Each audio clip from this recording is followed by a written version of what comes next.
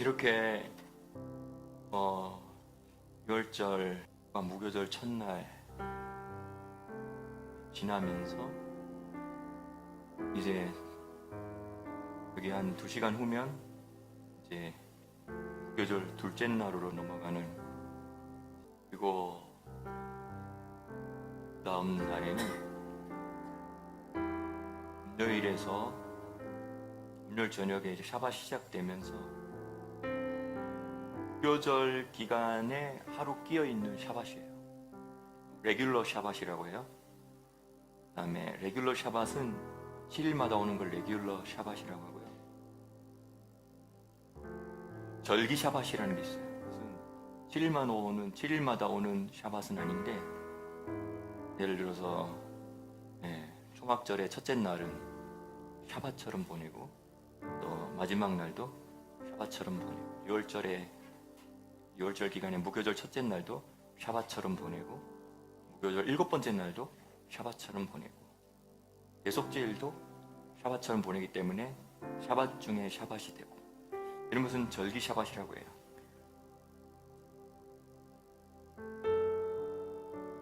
무교절 기간에 딱 한 번 포함되어 있는 이 샤bat, 레귤러 샤bat은 아가서를 읽는 날이에요. 좀 복잡한 설명인데 그냥 짧게 말하면, 사실은 2000년 전에 예수님께서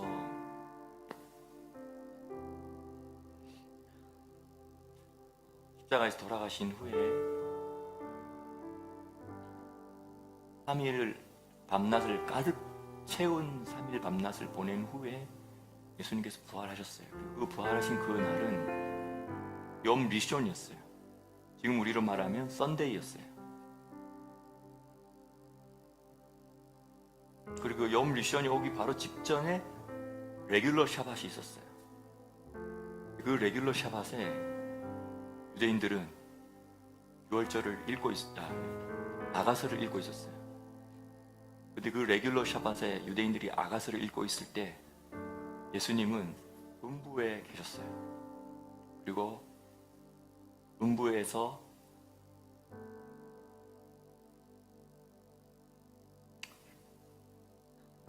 죽은 자가 머무는 그 장소인 음부에서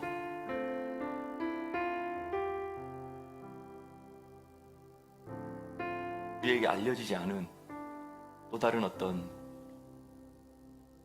영역으로 예수님은 대표성으로 말하면 음부겠죠. 가셨어요. 그리고 거기에 다양한 음부의 영역이 있어요. 근데 거기에 예수님은 친히 찾아가셨어요. 그리고 다양한 그룹이 있는 그 음부의 단계에 주님이 하실 일을 하시고, 또 선포하시고 선언하시고, 그리고 또 복음을 전파하기까지 하셨어요.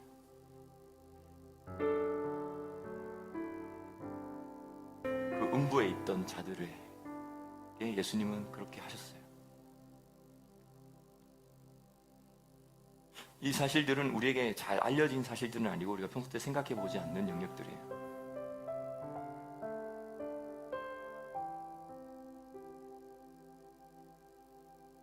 근데 예수님은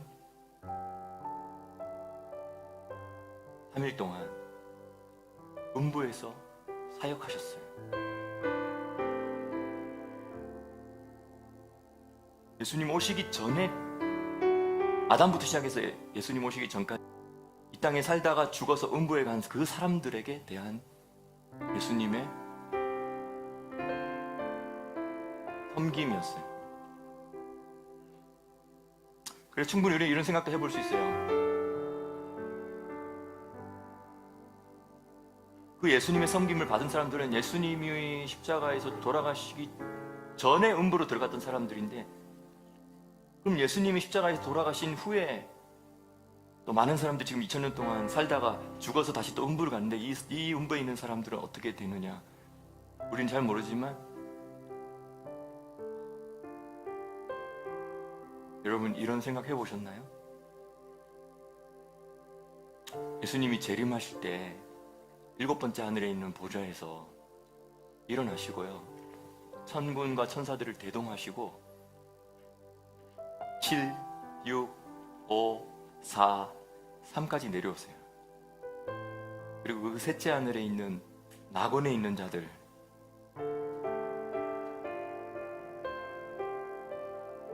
을 첫째 부활로 잉태케 하세요.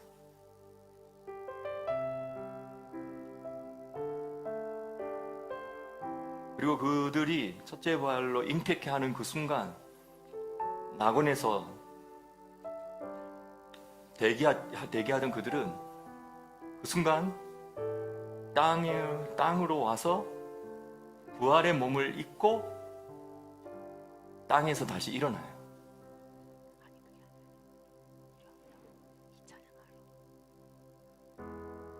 한편으로는 그들은 땅 아래에 있었던 것이라고 표현되지만, 또 한편으로는 그들은 셋째 하늘의 음부의 영역에 있었던 것으로도 표현돼요.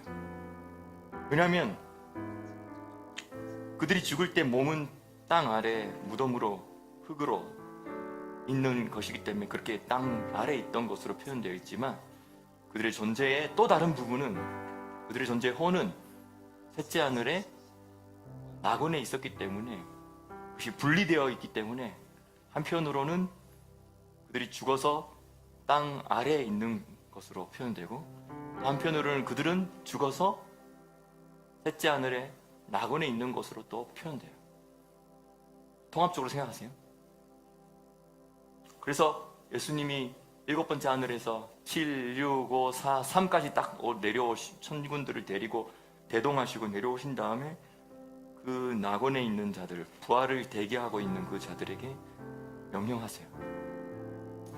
그리고 그들이 다시 순간 땅에서 부활의 몸으로, 그들이 스피리추얼 바디로, 영체로 부활의 몸을 입고 여기서 다시 하늘을 바라보며 방금 전에 셋째 하늘에서 만났는데 이제 다시 땅에서 주님을 바라보며 나팔 소리와 천사들의 호령과 각 사람의 이름을 불러주시는 그 소리를 들으면서 그들이 휴거하는 거예요. 그리고 다른 모든 천군 천사들과 함께 그 대열에 합류해서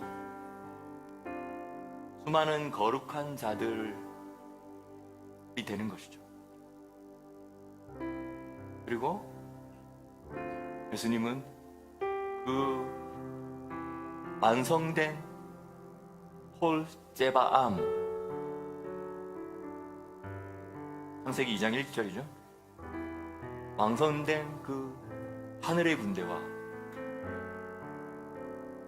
원래 하늘에 있던 천사들을, 하늘의 군대와 땅에 있다가 하나님의 군대의 밀루임, 하늘로 올라가서 하늘의 군대가 된 그 존재들과 함께 완성된 콜 제바암으로서 아도나이 제바옷, 만군의 여호와의 이름으로 이 땅에 다시 오시는 것이 예수님의 재림이에요.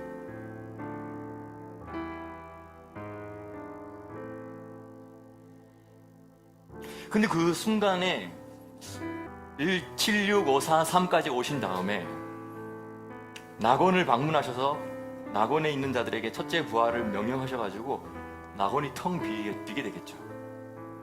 그리고 낙원에서 나온 자들이 첫째 부활하고 이렇게 다시 또 휴거해서 그 하나님의 군대에 합류를 하는 그 과정에서 예수님이 셋째 하늘을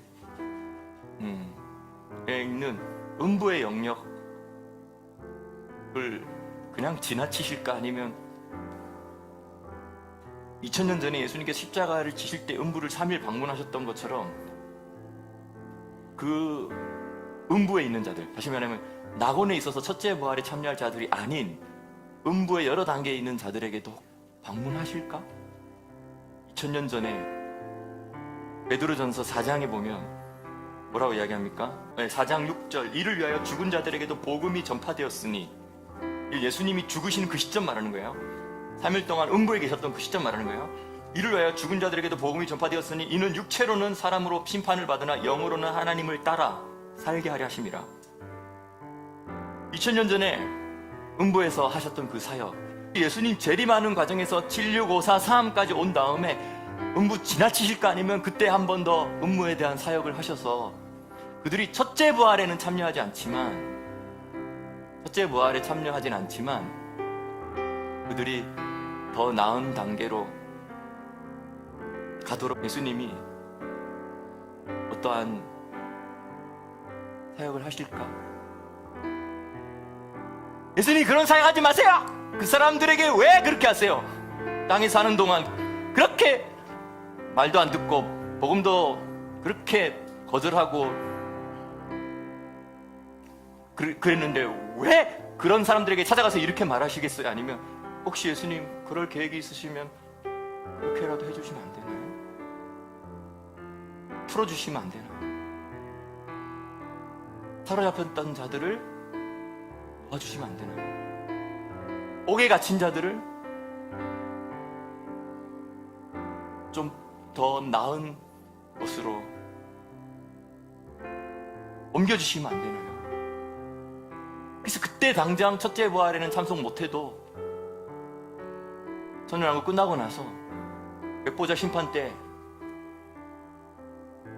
그래도 대가를 지불 많이 해서, 그리고 또 여러 가지를 다 감안해 주셔서, 그리고 또 정상 참작도 해주시고, 그래서 그들이 그 백보자 심판 때에서는 모든 자가 다 부활하거든요. 부활하여서 영생으로 들어가는 자도 있고, 부활을 하긴 했어요. 근데 그 상태로 영벌에 들어가는 자도 있어요. 근데 그들이 그때 백보자 심판 앞에서 부활하였을 때 영벌의 부활로 가지 않고 영생의 부활로, 낮은 단계의 영생의 부활이라도 가게 해주시면 안 되나요? 라고 기도하면 안 되나요? 어떨 것 같아요?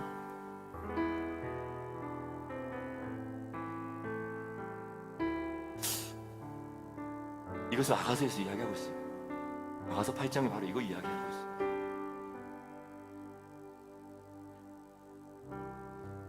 음부에 예수님께서 3일 동안 음부에 내려가서 음부를 이기시는데 3일 걸리신 게 아니라요, 그냥 예수님이 죽으시는 그 순간, 음부라는 건 죽은 자들이 가는 장소거든요. 예수님조차도 한번 죽음을 경험하셨기 때문에 하시는 그 순간 예수님도 음부로 확 내려가시면서 데려갈 때 사실 음부의 권세가 사실은 깨졌어요. 그리고 예수님 음부의 열쇠를 탈환하셨어요.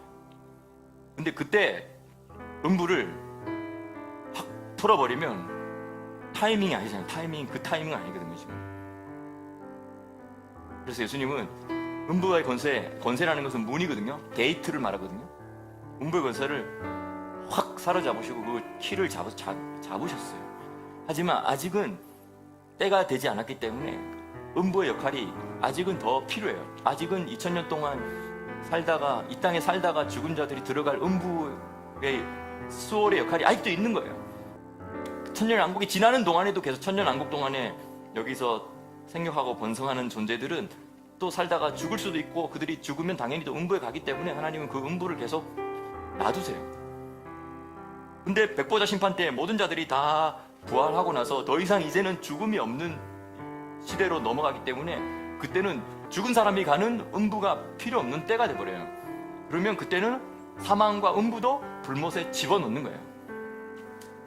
왜냐하면 음부는 일종의 주머니와 같은 장소예요. 죽은 자들의 혼이 가는 주머니.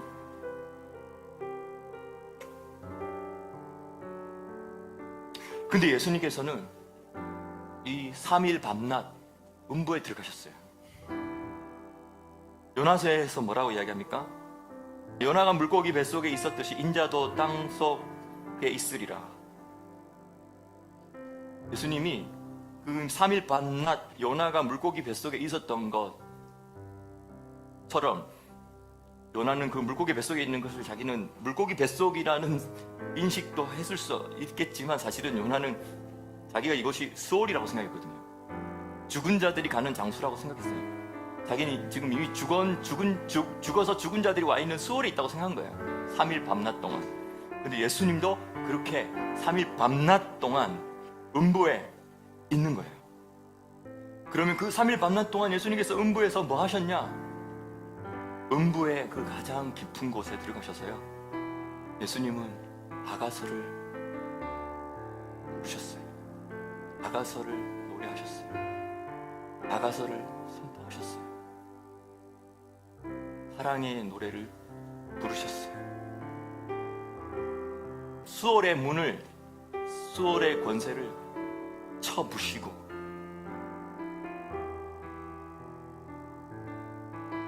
엄청난 아가서를 선포하셨어요.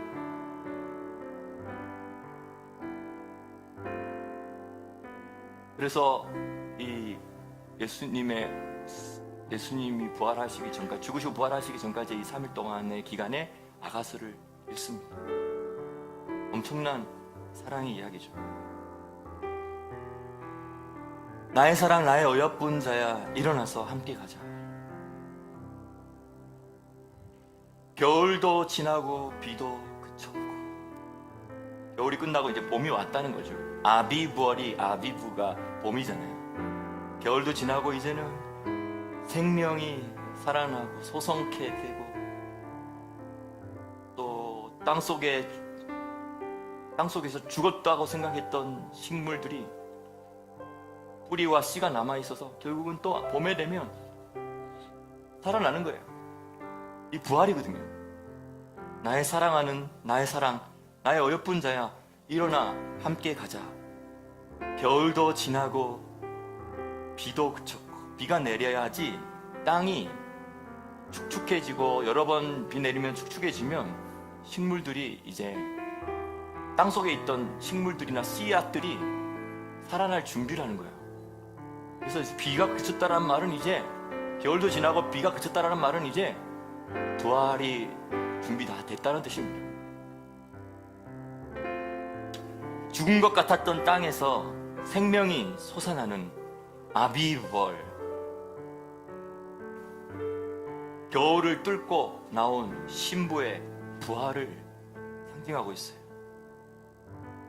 이 땅에 살아가면서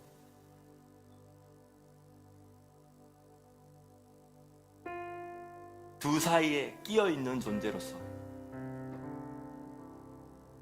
죽을 몸, 병들 몸, 약한 몸, 죄짓기 쉬운 몸인 이 몸이 얼마나 이 두 영적인 것과 이 육적인 것의 둘 사이에 끼어서 고통 가운데 탄식하고 있어요.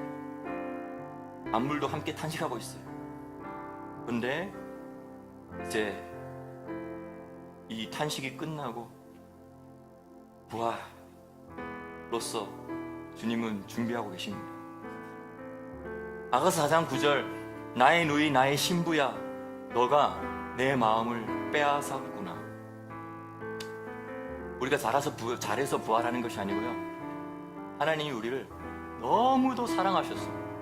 미치도록 사랑하셨어. 지나치게 사랑하셨어. 사랑에 정신 나가셔서 하나님 우리를 부활케 하시는 것입니다. 나의 누이 나의 신부야, 너가 내 마음을 빼앗았구나. 나의 신부야. 우리 계속 이야기했죠. 신부, 칼라. 칼라의 의미는 정말 컬러풀하죠. 신랑에게는 신부라는 의미가 있고, 시어머니, 시아버지에게는 며느리라는 의미가 있는 것이 칼라예요. 그래서 이것도 칼날이라는 동사 자체는 완성하다는 뜻이거든요. 6월절에 아가서를 읽으면서 우리는 계속 신부라는 단어를 주목하게 돼요. 6월절에 아가서를 읽는 이유 중에 하나는 뭐냐면, 하나님께서 이스라엘을 이집트에서 꺼내신 최종 목적이 단순히 노예 해방이 아니라 하나님 당신의 집안을 완성할 합법적인 칼날을 얻기 위함이었음을 선포하는 것입니다. 그것이 바로 아가서예요. 홍해를 건넌 사건은 어린 양의 피로 이집트에서 빼어내온 사건은 신랑의 대가지불이었어요. 그리고 빼어나온 그들이 홍해를 건너는 사건은 그들이 혼인식의 장소에 도착해서 혼인 언약을 맺고 혼인의 서약서를 받기 위해서 그들이 거쳐야 할 미크베였어요. 홍해를 건넌 사건은 그들 이스라엘 민족이 미크베를 다시 말하면 정결 예식탕을 지나가는 거예요. 혼인하기 전에 신부가 깨끗하게 목욕 재개하고 깨끗한 옷을 입고 시내산 아래까지 간 다음에 시내산의 언약은 바로 케투바, 이 바로 결혼 계약서를 받는 순간이었어요. 출애굽기 19장 4절 5절 6절. 아가서는 이 모든 과정을 묘사하고 있고, 그래서 아가서는 바로 이 하나님의 우리를 사랑하시는, 우리를 신부로서도 사랑하시고 우리를 며느리로서도 사랑하시는 삼위 하나님의 그 뜨거운 심장을 다 표현하고 있어요. 아가서는 사랑은 죽음보다 강하고, 사랑은 죽음, 마베트, 사랑은 죽음보다 강하고, 질투는 수올보다 잔인하며, 그 사랑의 기세가 여호와의 불, 에쉬 샬르헤벳 야, 여호와의 불꽃의 불이에요. 여호와의 불타는 불이에요. 엄청난 강조된 거거든요. 그러니까 단순히 그냥 이 톨치 한 개를 생각하면 안 돼요. 이게 톨치를 한국말로 뭐라 그러죠? 횃불 하나 정도로 생각하면 안 되고요. 그냥 너무 강력한 불이 그냥 물을 그냥 확 살라버릴 수 있는, 강물도 심지어는 지구의 바닥까지도 그냥 확 핥아버릴 수 있을 만한 그 하늘의 높은 곳에 있는 그 불이 바로 에쉬 샬헤벳 야, 여호와의 불꽃, 강력한 불꽃 같은 불이에요. 그 바로 사랑은 죽음같이 강하고 질투는 수울같이 잔인한 그것이, 그 기세가 얼마나 강하냐, 바로 이런 여호와의 불과 같은 하늘에 있는 그 불, 보좌의 주변에 가득 차 있는 그 불이 내려오는 것이죠. 유월절 기간에 아가서를 읽는 이 시간은 예수님께서 음부에서 방문하신 기간과 이렇게 겹치는 거예요. 그래서 수월이 아무리 잔인하게, 수월에 있는 사람들 얼마나 사실 잔인해요. 얼마나 고통스러울까요? 괴로울까요? 수월도 단계별로 다르겠지만, 수월이 아무리 잔인하게 사람들을 가두려고 해도 예수님 안에서 타오르는 이 여호와의 불은 그 수월을 삼켜버립니다. 잔인한 수월을 더 잔인하게 수월을 삼켜버리는 것이 바로 여호와의 불이에요. 그것은 바로 사랑의 불이에요. 그리고 질투의 불이에요. 왜냐하면 하나님이 사랑해서 창조했던 그 존재가 좀 잘못해가지고 지금 수월에 들어가 있거든요. 이대로 놔두고 싶을까요, 하나님이? 그 수월에 빼앗겨버린, 수월로 사로잡혀버린, 수월에 갇혀버린 그 옥에서 고통 중인 그 영혼들을 향한 하나님의 사랑이 있을까요, 없을까요? 그들을 향한 뜨거운 사랑이 죽음같이 강하고, 그들을 빼어내서 되찾으시려는 그 하나님의 질투는 수월같이 잔인하며, 아니 수월보다도 더 잔인하여서 예수님은 포로된 신부를 직접 구출하러 가시는 거예요. 그것이 바로 신랑의 질투입니다.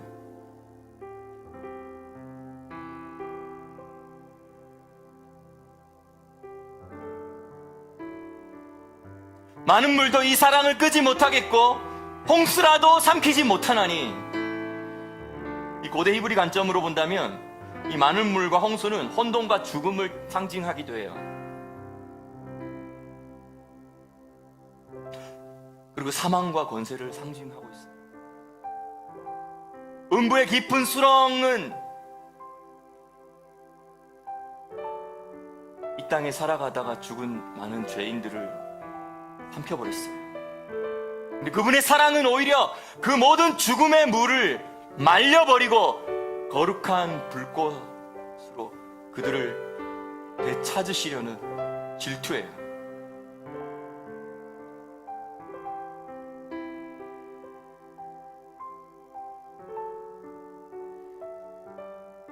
에베소서 4장 8절 9절에는 이렇게 이야기합니다. 그러므로 이르기를 그가 위로 올라가실 때에, 하늘로 승천하실 때 사로잡혔던 자들을 사로잡으시고 사람들에게 선물을 주셨다 하였도다. 올라가셨다 한다 하였은즉 땅 아래 낮은 곳으로 내리셨던 것이 아니면 무엇이냐. 내리셨던 그가 곧 모든 하늘 위에 오르신 자니, 왜 이렇게 내려오셨다가 올라가셨냐. 그 이유는 뭐냐면 만물을 충만케 하려 하심이라. 만물을 충만케 하셔 하림이라. 이 안에 어떤 단어가 포함됐냐면, 개념이 포함됐냐면 바로 칼라라는 개념이 포함되어 있어요. 만물을 충만하게 하시려 하심이라는 말은 뭐냐면 결국 최종 목적인 하나님의 우주적인 대가족 편성 계획을 완성시키기 위함이에요.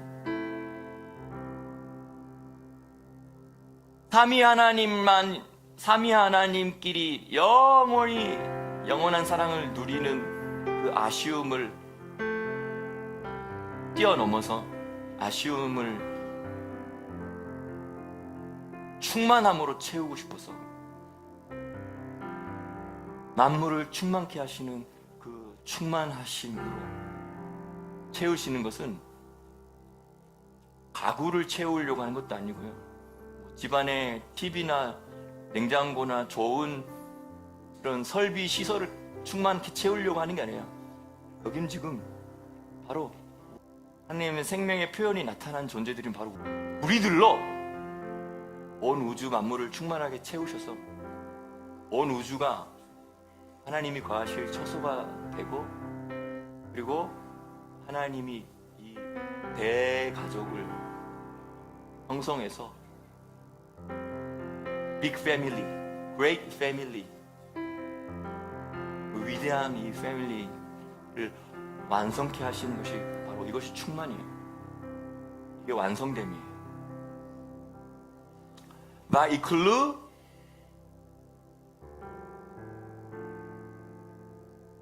샤마임 베 아렛 베 콜 제바암. 하늘과 땅을 완성시키고 그 하늘과 땅에 있는 모든 제바, 당신의 군대들을 완성시키시는 거예요. 그리고 창세기 2장 1절이에요. 그리고 샤밧으로 들어가는 거예요. 영원한 안식으로 들어가는 거예요.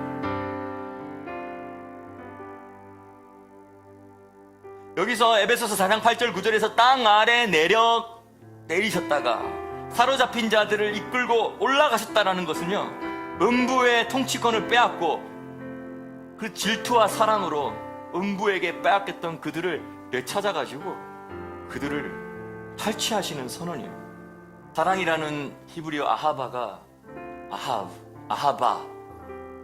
아하바가 명사죠. 사랑이라는 아하바는 숫자값 13이에요. 근데 또 다른 숫자값 13이 있어요. 그건 바로 에하드예요. 하나됨이에요. 사랑과 하나됨, 아하바와 에하드, 이 13과 13이 합해서 26이 되죠. 26의 숫자 값은 유드헤이 바브헤이, 여호와의 숫자 값이에요.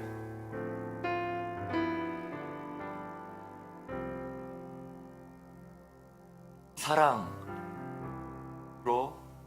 또 에하드, 하나됨으로 결국은 여호와 하나님의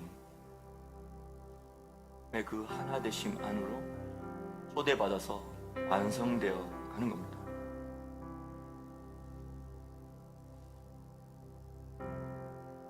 이것을 이루시기 위해서 예수님께서 세상 죄를 옮기시고 제거하시는 어린 양으로서 이 땅에 초림하셨고 이것을 완성하셨어요. 다 이루셨어요. 그리고 지금 2000년 동안 이 완성 안에, 완성해 놓으신 이 작업 안에 많은 사람들을 초대하고 있어요. 그리고 이제 이 이방인의 충만한 수가 차면 유대인도 유대인의 충만함 안으로 들어와요. 그리고 바로 이방인과 유대인이 하나됨 안으로 원유맨을 이루는 그 시즌으로 넘어가요. 그리고 그 원유맨이 이루어지는 것은 곧 이방인과 유대인이 하나됨 안에서 연합된 그리스도의 신부로서 준비되어지는 거예요. 안쪽짜리 신부가 아니라 이방인들 교회들만 부활하고 휴거되는 게 아니라 그동안 참고 기다렸고 인내했던 이 우리 때문에 좀 뒤로 빼놓고 보류되었던 유대인들도, 이스라엘도 이제 이것에 합류해서 한 세 사람으로서 이루어질 때 이것이 온전한 신부가 되는 것이죠. 온전한 칼라가 되는 것이죠. 온전한 가족됨, 하나님의 가족됨이 완성될 수 있는 준비가 되는 것이죠. 그래서 이 3일 동안 예수님께서 가장 깊은 소울의 어둠까지 들어가셔서 그 랩, 그 깊은 곳까지도 들어가셔서 아가서의 노래를 부르시고 그들을 그곳에서 빼내오시는 출작전, 음부의 심장에서 부른 사랑의 노래, 그들에게까지도 적용되는 이집트로부터의 구원, 그들에게까지도 적용되는 이 유월절 사건들, 우리에게도 그런 은혜가 주어졌듯이 이스라엘에게도 다시 그 은혜, 유월절이 경험되어, 진짜 참 유월절이 경험되어지고 신이 사랑하셔서 창조하셨던 모든 자들을 신이 되찾으시기를 예수님의 이름으로 기도합니다. 그 신부의 고백으로 오늘 예배 마무리합니다. 오직 주만 따라갑니다. 오직 주만 따라갑니다. 오직 주만 높임 받으소서.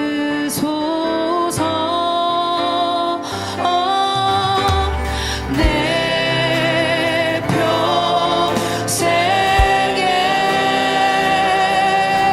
그 이름을 그의 성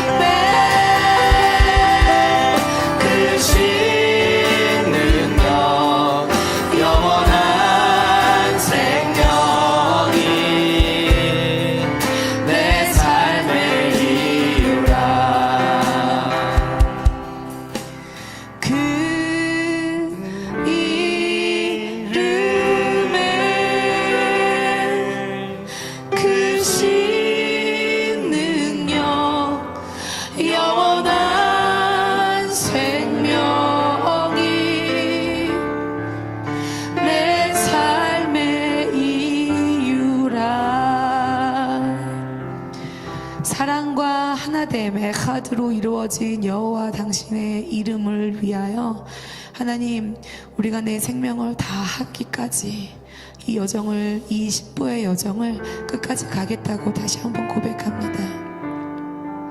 예수님 스스로도 음부에 내려가서조차도 그 사랑의 노래, 그 신부의 노래를 부르시면서 옥에 있는 영들에게까지 전파하신 그 아름다운 이야기를 하나님, 우리도 이 땅에 살아가는 생명이 주어지는 이 귀한 시간 동안 당신의 또 다른 신부들, 사랑에 입맞은 신부들을 일으키기 위하여 이 여정을 계속, 이 말씀을 계속 전하겠다고 다시 한번 결정합니다. 무교절 첫날 시작, 순전함과 진실함으로 이전의 모든 묵은 누룩들을 내 안에서 던져버리고 신실함과 진실함으로 이 시간들을 주님 앞에 지내기로 다시 한번 결정합니다. 오늘 우리 가운데 생명의 말씀을 전하여 주신 하나님 감사합니다. 만왕의 왕이시고 우리의 신랑이신 예수님의 이름으로 기도하고 예배하였습니다. 아멘. 너무 주옥 같은 말씀들과 나눔들이 많이 있는 무교절 첫날이었어요. 우리 무교절 첫날은 이스라엘 백성들이 이스라엘을 나왔잖아요. 장자의 죽음을 이기고 나왔어요. 근데 나오긴 나왔어요.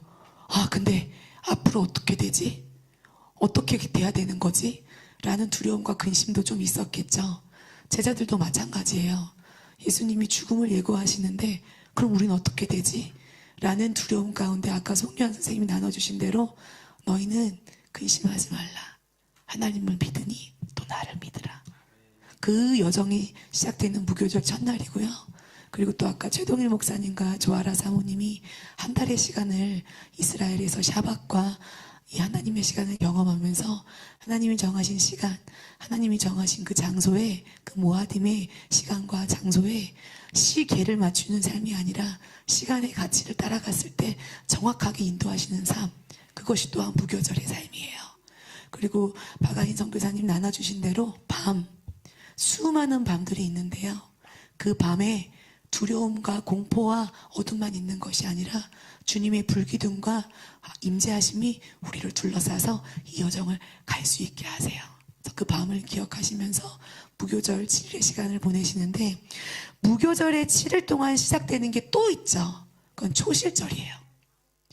모든 잠자는 자들의 부활의 첫 열매로 부활하신 예수님이 그날 초실절, 그리고 그날이 부활절이에요.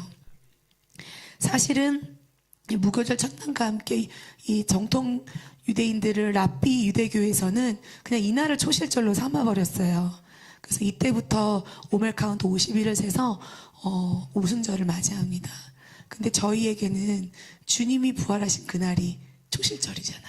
실제 2000년 전에도 그랬고, 근데 그 초실절부터 오순절까지 그 50일은 어떤 시간이죠? 7주의 시간, 하나님의 성품, 7가지 세피롯이라고 불리는 하나님의 성품에 참여하기 위해서 내 혼의 누룩을 제거하는 시간, 내 혼을 정결함을 위한 여정이 시작되는 시간입니다.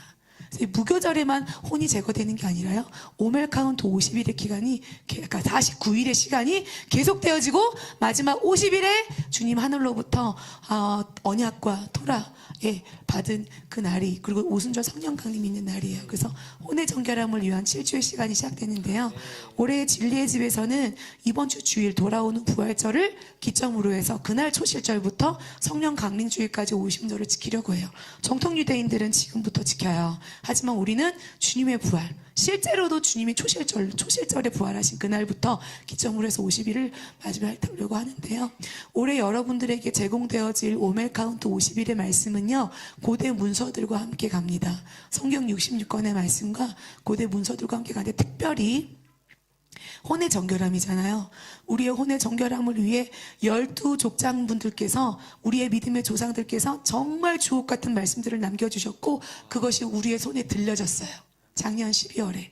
그래서 12족장들의 유언에서 그분들이 어떻게 자신들의 혼의 정결함을, 이 혼의 뿌리에, 악의 뿌리를 제거하고, 그리고 어떻게 우리가 이것을 제거하고 주님 앞에 나아가기까지 니네가 무엇과 싸워야 되는지를 너무 사실적으로 정확하게 얘기해 주신 그 말씀과 함께 이 오멜 카운트 기간을 보내려고 해요. 그래서 그 말씀을 이번 주 주일부터 제공하려고 하는데요. 아직 12족장의 유언을 사지 못하신 분들은 사서 함께 이 오멜 카운트 시간을 보내면 올해 또 다른 새로운 돌파들이 우리 삶 가운데 있을 것을 아멘. 확신합니다. 네. 그래서 이번 무교절 기간 동안에 여러분 계속 내 안에 묵은 누룩들 고린도서 5장 7, 8절의 말씀 따라서 다 묵은 제것들 계속 제거하시고요. 말씀 오멜 카운트 1일 딱 시작하는 순간과 함께 사랑, 공의, 티페렛, 네짝, 호드, 예소돗, 말코트로 이어지는 주님의 성품, 그리고 신의 성품에 참여하는 자로 한 단계 탁 올라서시는 그런 시간들 되시기를 축복합니다. 아멘. 감사합니다. 신부단장하는 49일의 시간을 기대합니다. 아멘. 성경 말씀과 함께 고대 문서와 함께 너무나도 감사하게 이때 우리에게 들려주신 말씀들이 있어서 우리 자신을 적나라하게 볼 뿐만 아니라 완전한 돌파 가운데로 나아갈 수 있게 인도하실 하나님이 너무 기대됩니다. 네, 감사합니다. 오늘 예배가 좀 길었어요. 무기절 첫날 예배 함께 해주셔서 감사합니다.